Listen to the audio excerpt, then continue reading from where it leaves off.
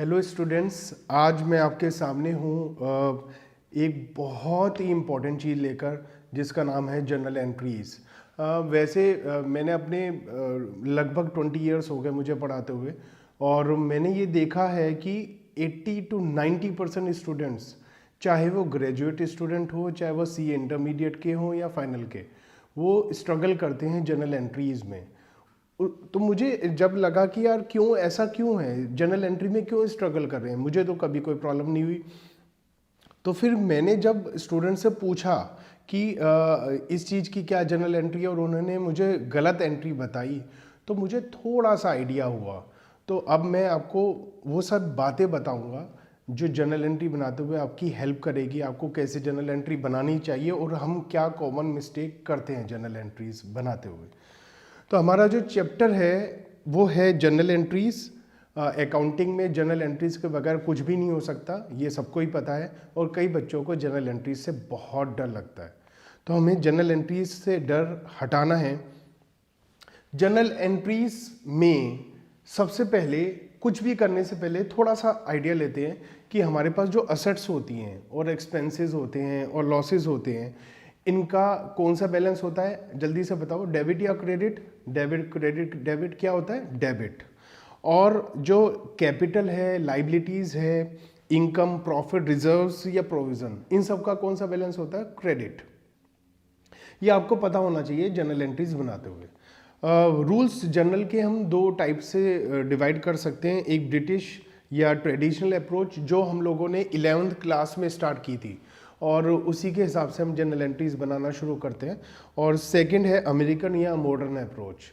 British approach और traditional approach जिसे हम कहते हैं, इसके हिसाब से ही ज़्यादातर स्टूडेंट जनरल एंट्रीज बनाते हैं। और उसका भी प्रॉब्लम, जनरल एंट्री बनाने में जो प्रॉब्लम आती है उसका बेसिक रीज़न भी यही है।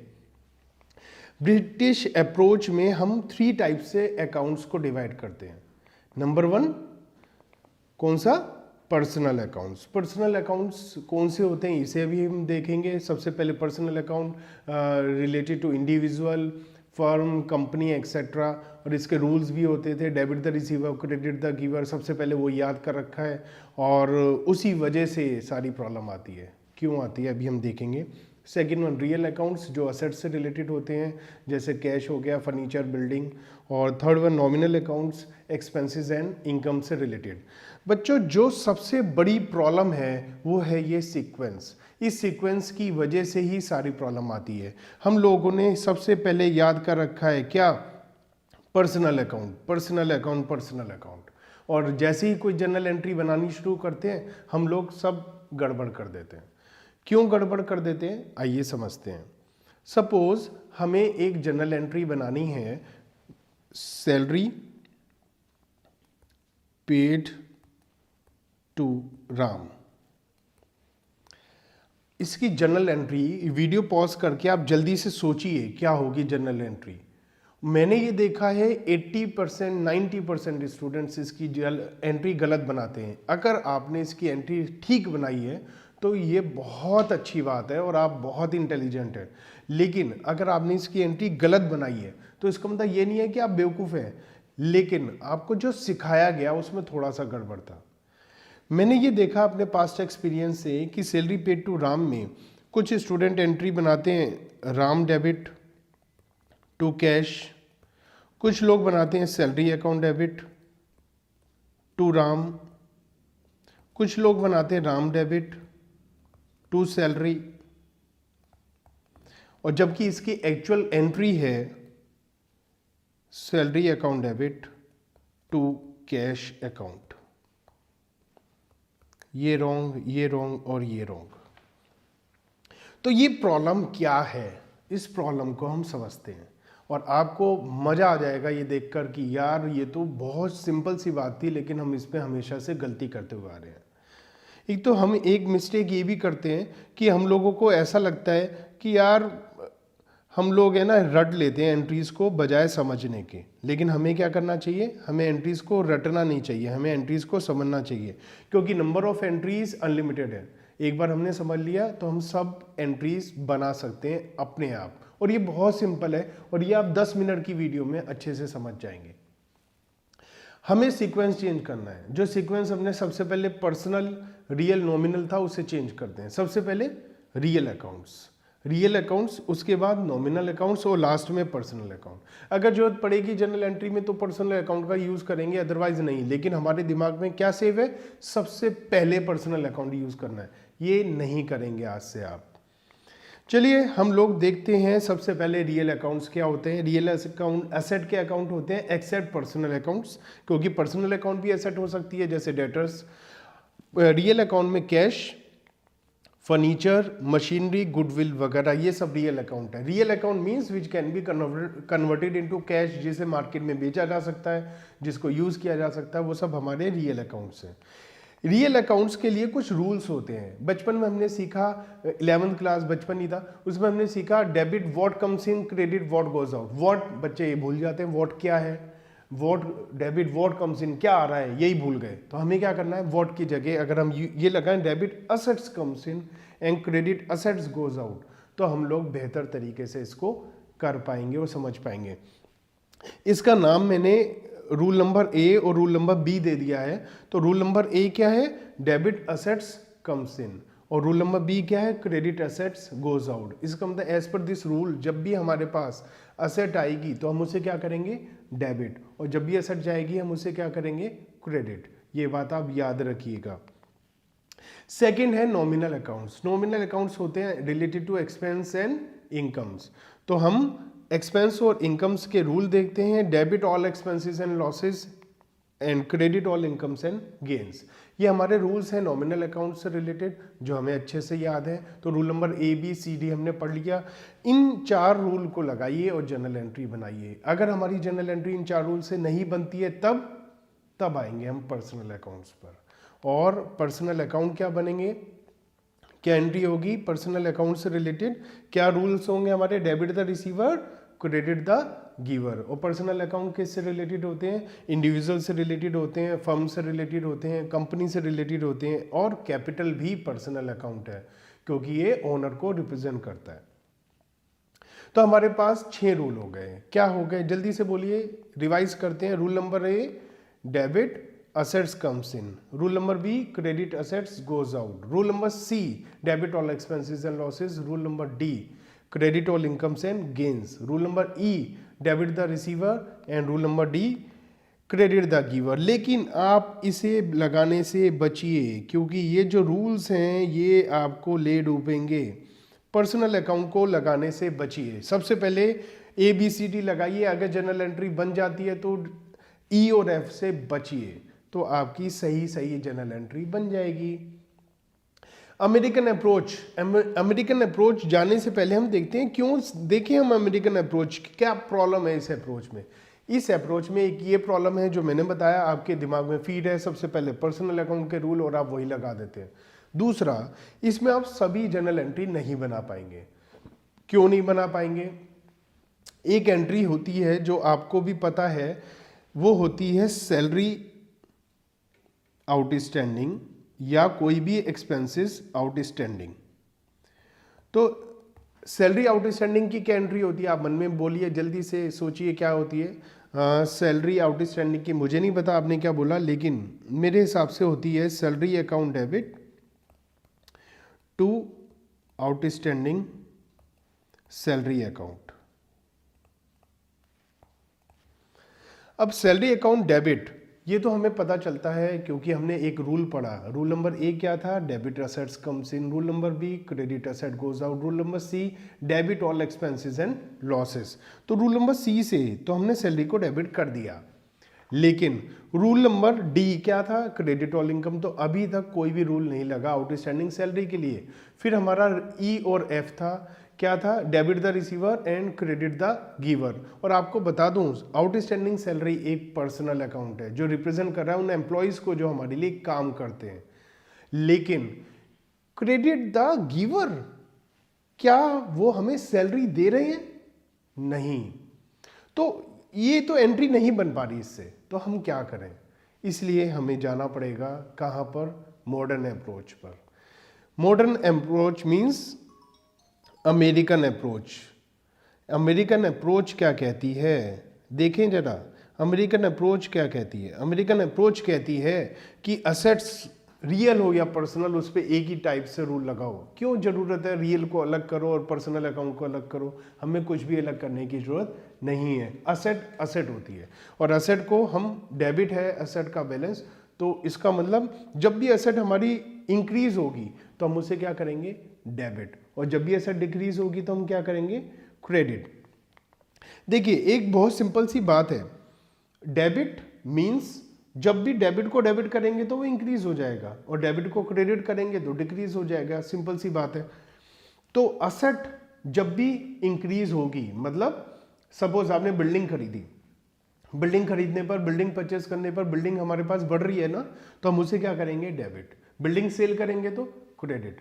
कैश आएगा तो कैश बढ़ रहा है कम हो रहा है? कैश बढ़ रहा है तो हम क्या करेंगे? डेबिट। और कैश जाएगा तो कम हो रहा है, क्रेडिट। ये मैंने दो एग्जांपल आपको बिल्डिंग और कैश के बताए जो रियल है। अब मैं आपको बताता हूँ पर्सनल अकाउंट से रिलेटेड। बैंक, बैंक क्या है? Personal account.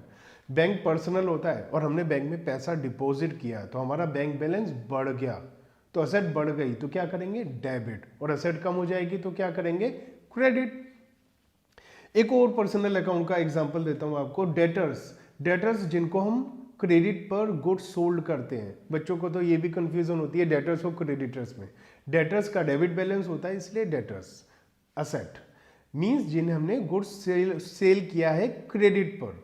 तो जब भी हम डेटर्स को सेल करेंगे गुड्स, तो डेटर हमारे इंक्रीज हो जाएंगे, हमारी एसेट बढ़ जाएगी, हम उसे डेबिट करेंगे। और जैसे ही वो हमें पैसा देंगे या हमें गुड्स रिटर्न करेंगे, वो कम हो जाएंगे, उनका बैलेंस कम हो जाएगा, हम उन्हें क्रेडिट कर देंगे। तो रूल नंबर 1, जब भी कोई एसेट इंक्रीज हो डेबिट कर दीजिए। और रूल नंबर 2, जब भी कोई एसेट डिक्रीज हो उसे क्रेडिट कर दीजिए। आइए अब हम आते हैं एक्सपेंसेस एंड लॉसेस पर। एक्सपेंसेस और लॉसेस का भी डेबिट बैलेंस होता है। इस वजह से जब भी जो भी हम असेट के लिए डेबिट के रूल लगा रहे थे वही इसके लिए लगाएंगे। क्या? रूल नंबर 3 और 4। रूल नंबर 3 कहता है जब भी एक्सपेंस या लॉसेस इंक्रीज होंगे तो डेबिट कर दीजिए और जब भी डिक्रीज होंगे तो क्रेडिट कर दीजिए। तो जब सेम है तो अलग अलग करने की क्या जरूरत है? रूल नंबर 1, 2, 3, 4 अलग अलग करने की क्या जरूरत है? मैं तो ये कह सकते थे कि भैया असेट या एक्सपेंस जब भी बढ़ेंगे तो डेबिट कर दो, जब भी कम होंगे क्रेडिट कर दो। रूल नंबर 1, 2, 3, 4 की क्या जरूरत थी? तो जरूरत तो नहीं थी अगर रट्टे लगाने हो, लेकिन मैं इसलिए इसको अलग अलग कर रहा हूं सो दैट आपको मैं ये समझा पाऊं कि कब मैं असेट को डेबिट कर रहा हूं और कब मैं एक्सपेंस को डेबिट कर रहा हूं। एक्सपेंस होता है रिवेन्यू नेचर जो प्रॉफिट एंड लॉस में जाता है, और असेट होती है कैपिटल नेचर जो बैलेंस शीट में जाती है।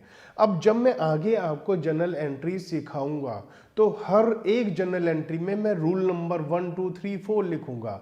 तो रूल नंबर 1, 2 लिखूंगा तो असेट हो जाएगी, रूल नंबर 3, 4 लिखूंगा तो एक्सपेंस हो जाएगा। इसलिए मैंने इसे अलग अलग किया है। इससे आपको ये पता चलेगा कि क्या असेट है और क्या एक्सपेंस है।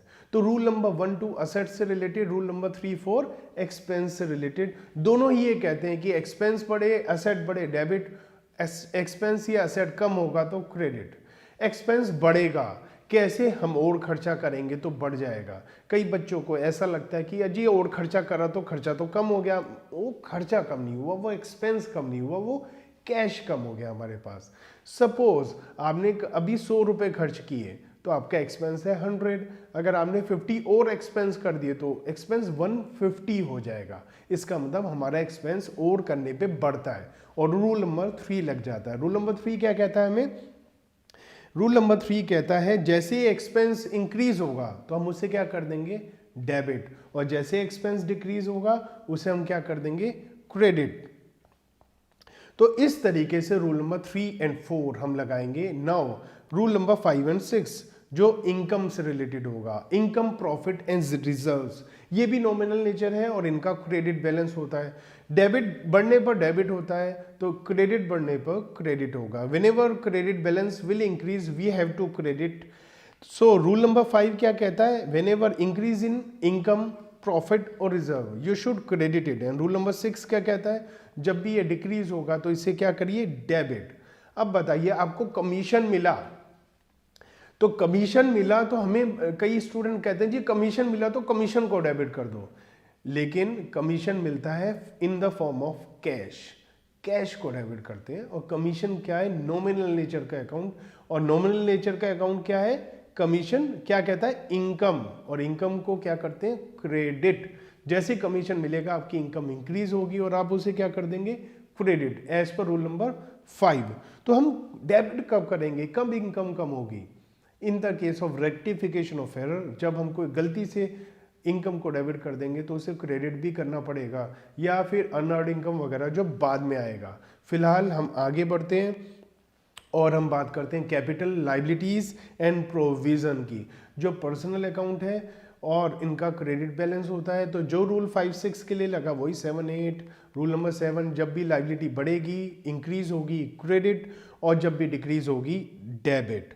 तो ये हमारे रूल्स हैं, 8 अमेरिकन रूल्स या मॉडर्न रूल्स, जिसकी मदद से हम सारी जनरल एंट्रीज बनाने वाले हैं। ये रूल्स अगर आपके टिप्स पर हैं तो मैं आपको गारंटी देता हूँ कि आप कोई भी दुनिया में जनरल एंट्री बना सकते हैं, प्रोवाइडेड आप इसी सीक्वेंस में उसे अप्लाई करें। मैंने इसका सेटिंग ऐसे करी है कि आप इसी सीक्वेंस में इसे अप्लाई करेंगे तो आपकी जनरल एंट्री बिल्कुल ठीक बनेगी। लेकिन अगर आप थोड़ा ऊपर नीचे कर दोगे तो सब गड़बड़ हो जाएगा।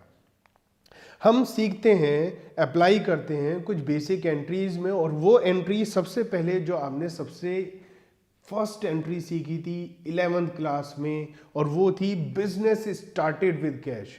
ये तो सबको आती है, सबने रट्टा लगा लिया, cash account debit to capital account, लेकिन क्यों बनाई ये याद नहीं, बस यही एंट्री होती है। तो अब हम सीखते हैं, सबसे पहले एनालाइज करिए कोई भी जनरल एंट्री है तो उसमें क्या हो रहा है। अगर हम इसे एनालाइज करें, और एक बिजनेस एंटिटी कॉन्सेप्ट होती है जो ये कहती है कि ओनर अलग है और बिजनेस अलग है और ओनर अलग है, और हमें सारी की सारी transaction business point of view से सोचनी चाहिए, ना कि ओनर पॉइंट ऑफ व्यू से।